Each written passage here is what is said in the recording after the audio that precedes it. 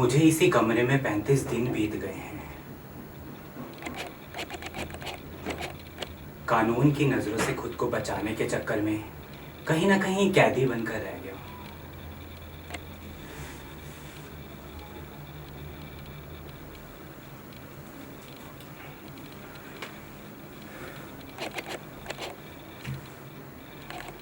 कानून के हाथ लग जाता तो जेल की 4 दीवारी के बाहर पुलिस का पहरा होता, और यहां पहरा है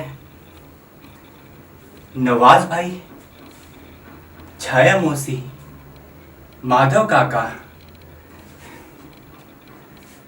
और अपना बंटी।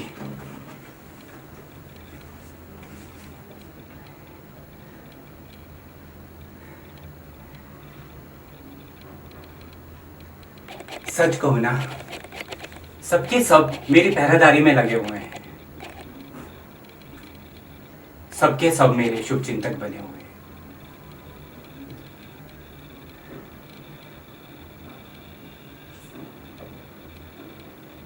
भले ही कमरे की 4 दीवार में बंद हो, लेकिन कमी किसी चीज की नहीं है। घर जैसा प्यार और स्नेह मिलता है मुझे। छाया मौसी एक माँ की तरह स्नेह बरसाती है मुझ पर। टाइम पर खाना नाश्ता देना ये उनके जिम्मे है। कभी कभी खाने का जी नहीं चाहता तो डांट भी लगाती है और इमोशनल भी हो जाती है।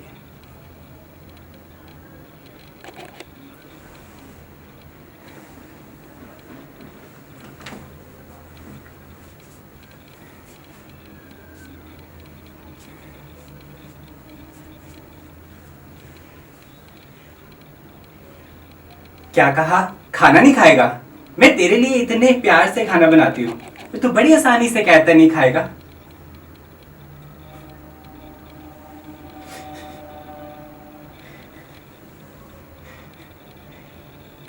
तू ऐसा इसलिए कहता है ना कि मैं तेरी अपनी माँ नहीं हूं।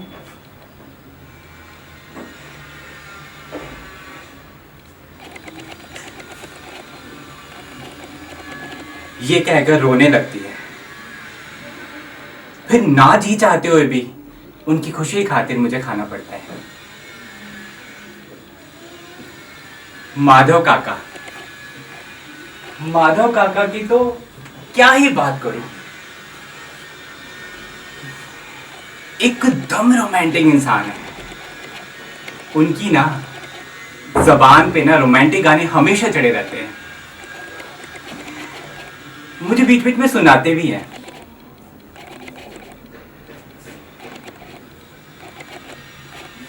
उनका सबसे रोमांटिक सॉन्ग है कभी कभी मेरे दिल में ख्याल आता है कि जैसे तुझको बनाया गया है मेरे लिए। वैसे ना वो प्यार में धोखा खाए हुए इंसान है, लेकिन कहते हैं बचुआ, अगर आप किसी से सच्चा प्यार करो और आपको प्यार में धोखा मिले तो आपको जिंदगी से उदास नहीं होना चाहिए, बल्कि उसी प्यार के कुछ हसीन लम्हों को जिंदगी में लिए जिंदगी खुशी से गुजार देनी चाहिए। प्यार जिंदगी है, प्यार बंदगी है।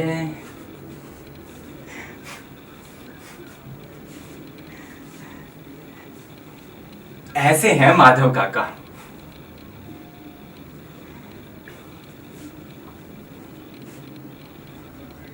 नवाज तो अल्लाह की पनाह, हुक्म का इक्का है इक्का।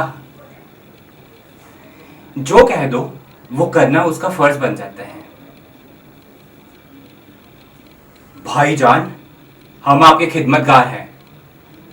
आप हुक्म कीजिए, आपकी हर जरूरत को पूरा किया जाएगा इंशाअल्लाह। कभी कभी तो बिना कुछ कहे मेरी हर जरूरत को समझ जाता है।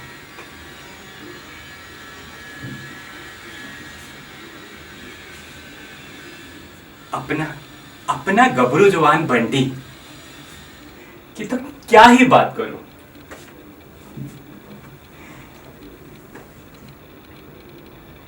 छोटा पैकेट लेकिन बड़ा धमाका है। मुझसे कहता है, वो भी मेरा नाम लेकर, अभिमन्यु मुझे ना तुम्हारी तरह बॉडी बनाने का है और तुम्हारे जैसे ही पुलिस इंस्पेक्टर बनने का है। तुम्हारे कहने पर ना मैंने ना दोबारा से स्कूल शुरू कर दिया है।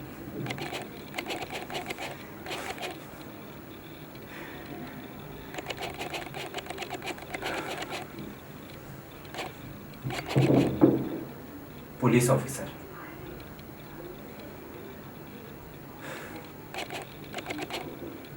पुलिस ऑफिसर होने के बाद भी कानून से आंख में चोली खेल रहा हूं।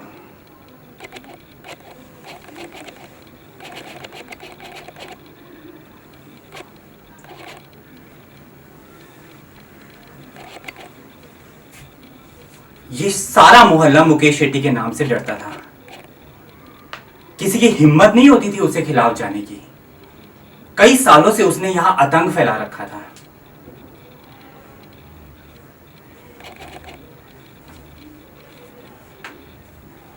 किसी की हिम्मत नहीं थी उसकी कंप्लेंट करने की। सबके सब डरते थे उससे।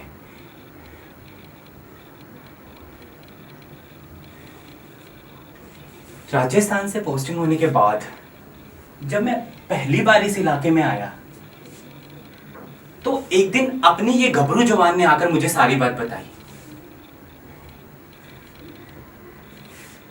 मैं उसकी बात को सीरियस लेते हुए उसके साथ उसके इलाके में चलने के लिए तैयार हो गया। मैंने किसी की नहीं सुनी। अपने फर्ज को ही मैंने इंपॉर्टेंस दिया। बंटी के साथ उसके इलाके में पहुंचा।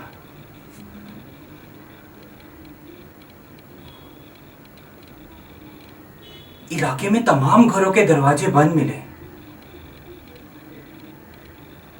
मानो वहां कोई रहता ही ना हो।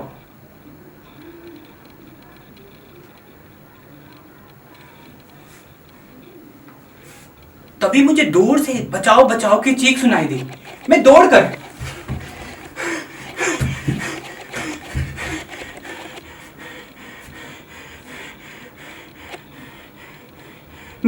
उस चीख की तरफ भागा। वहां जाकर देखा कि एक महज 13 साल की बच्ची के साथ एक दरिंदा दुष्कर्म करने का प्रयास कर रहा है।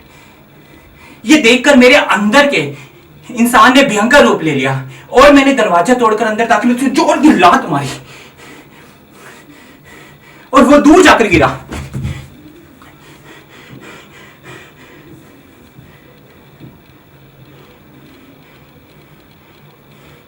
कौन है तू?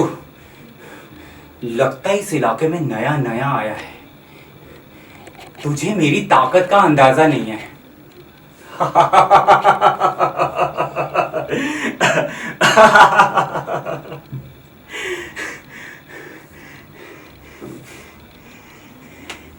फिर मैंने उसे गुस्से पे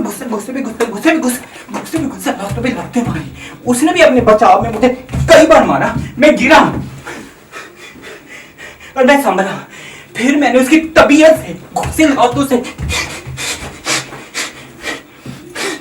धुलाई करी।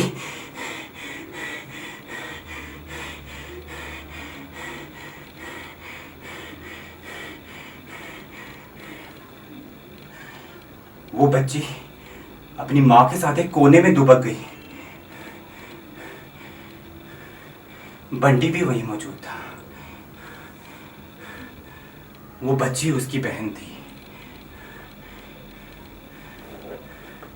मैं जैसे ही उसकी तरफ बढ़ा, उसने फट से चाकू निकालकर मुझ पर वार कर दिया।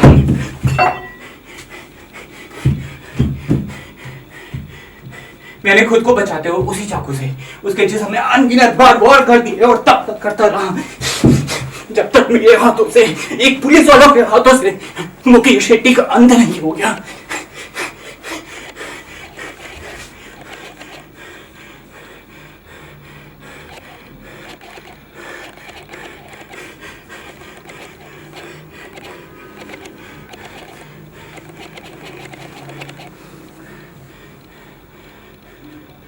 और इस तरह मेरे हाथों से,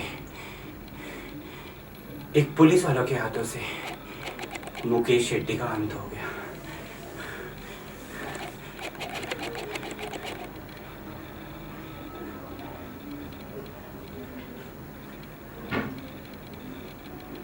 मोहल्ले के लोगों ने मुझे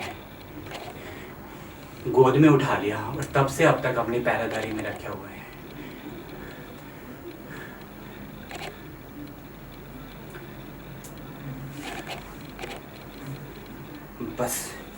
बस अब बहुत हो गया।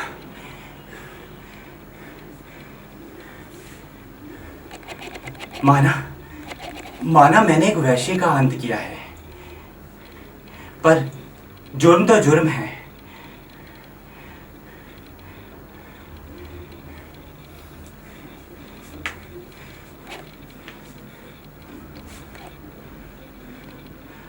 अब मैं किसी की नहीं सुनूंगा।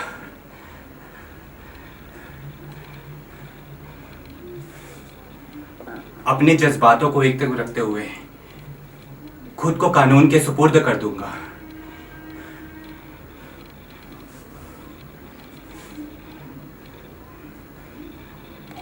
गुनाह गुनाह है, फिर चाहे वो किसी के भी हाथ से क्यों ना हो।